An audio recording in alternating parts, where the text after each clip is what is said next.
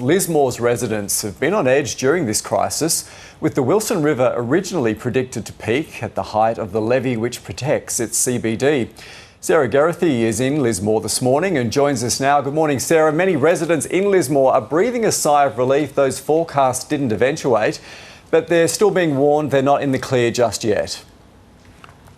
Yes, that's absolutely right. So there were warnings and forecasts that the Wilson River would peak right at that height of the levee which protects the town's CBD, which is 10.6 metres.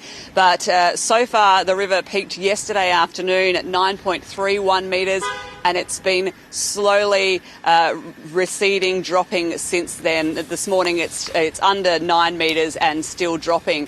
There is, however, warnings from the Bureau of Meteorology that with the rain forecast we could see renewed rises in the river levels, and if any intense rain develops, the levee is still in danger of being breached. So certainly a warning to people that the worst may not yet be over, while many people yesterday really saw that as D-Day, so to speak, with the amount of water that's in the catchment, with the swollen rivers.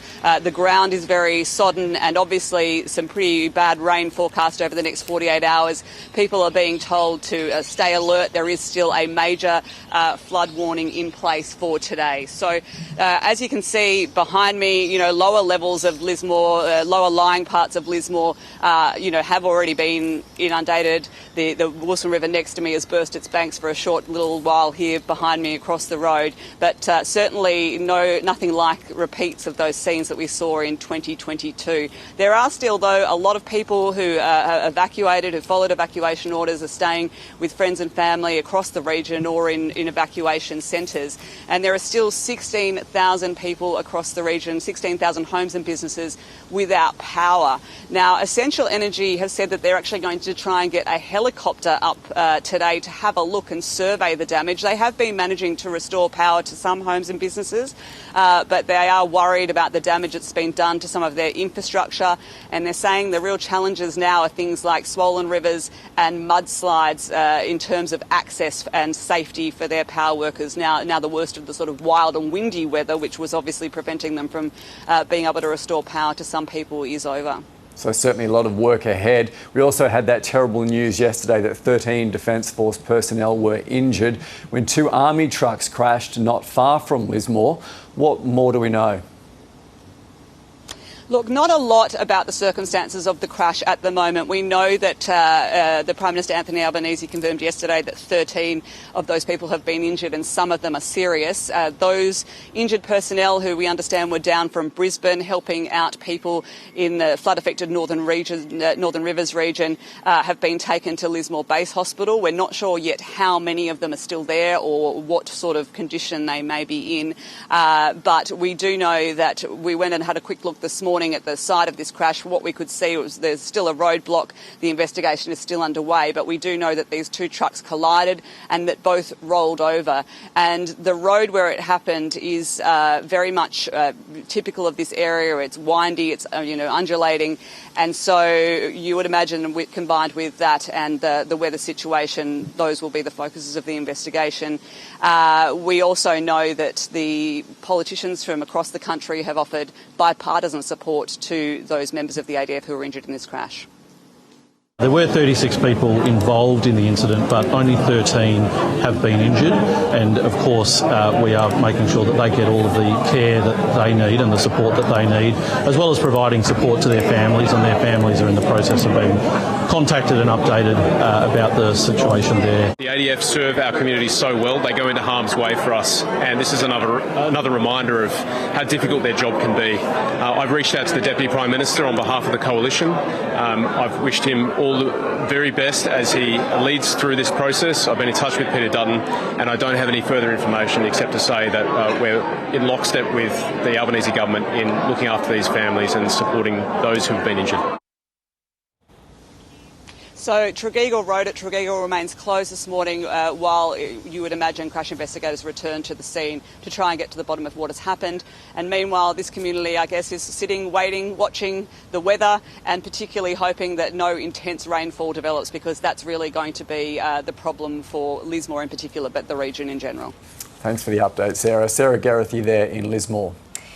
Well, as the river levels continue to remain high in regions inland of Coffs Harbour, officials are urging people to remain vigilant. Our reporter Digby Worthmuller joins us now from Coffs Harbour. Digby, it does look a little bit calmer there where you are at the moment, but still some grey clouds about there.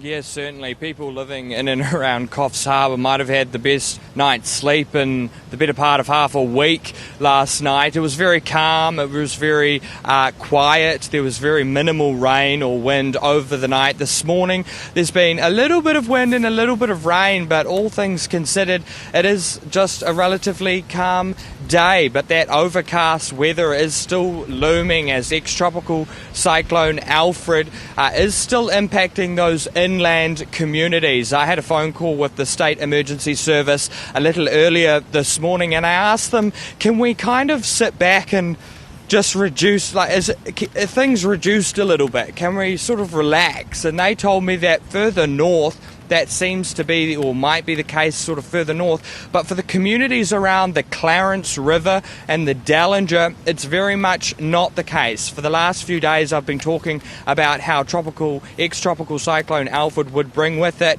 in its wake significant rainfall and flash flooding, and that's exactly what it's done. That rainfall we're now starting to see bring that flooding further inland around Nana Glen, Glenray, as well as the Aurora Valley. They are all completely cut off with access points in and out flooded and bridges inundated. Yesterday, the Aurora River peaked at 11 metres. The major flood level is 5.4 metres, so it pretty much doubled, and that river level is expected to remain above 9 metres throughout today. It did come back a little bit. In the last 4 hours, the river level was sitting at 10.4 metres, so it has come back slightly, but people are being urged to just still remain wary. Digby, overnight we learned of a man who was swept away by flood waters. Do you have any developments on his whereabouts or his safety?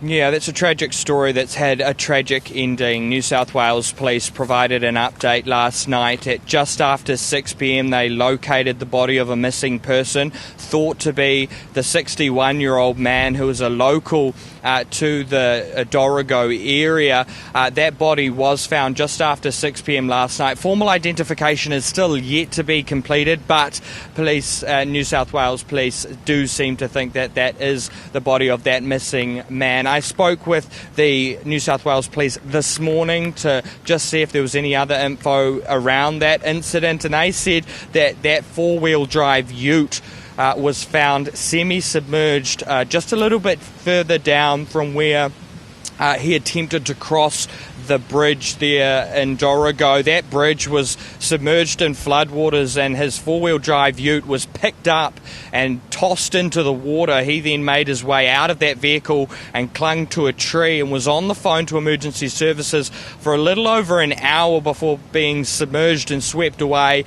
and what has ended tragically last night in the location of that man's body, and New South Wales Police have been in contact with his family. So a very tragic ending. Yeah, it certainly is very tragic, and really highlights the message that authorities have been trying to push through. Do not drive through flood waters. In fact, stay away from any body of water. Digby, thank you so much for that update. Digby Worthmuller there speaking to us from Coffs Harbour.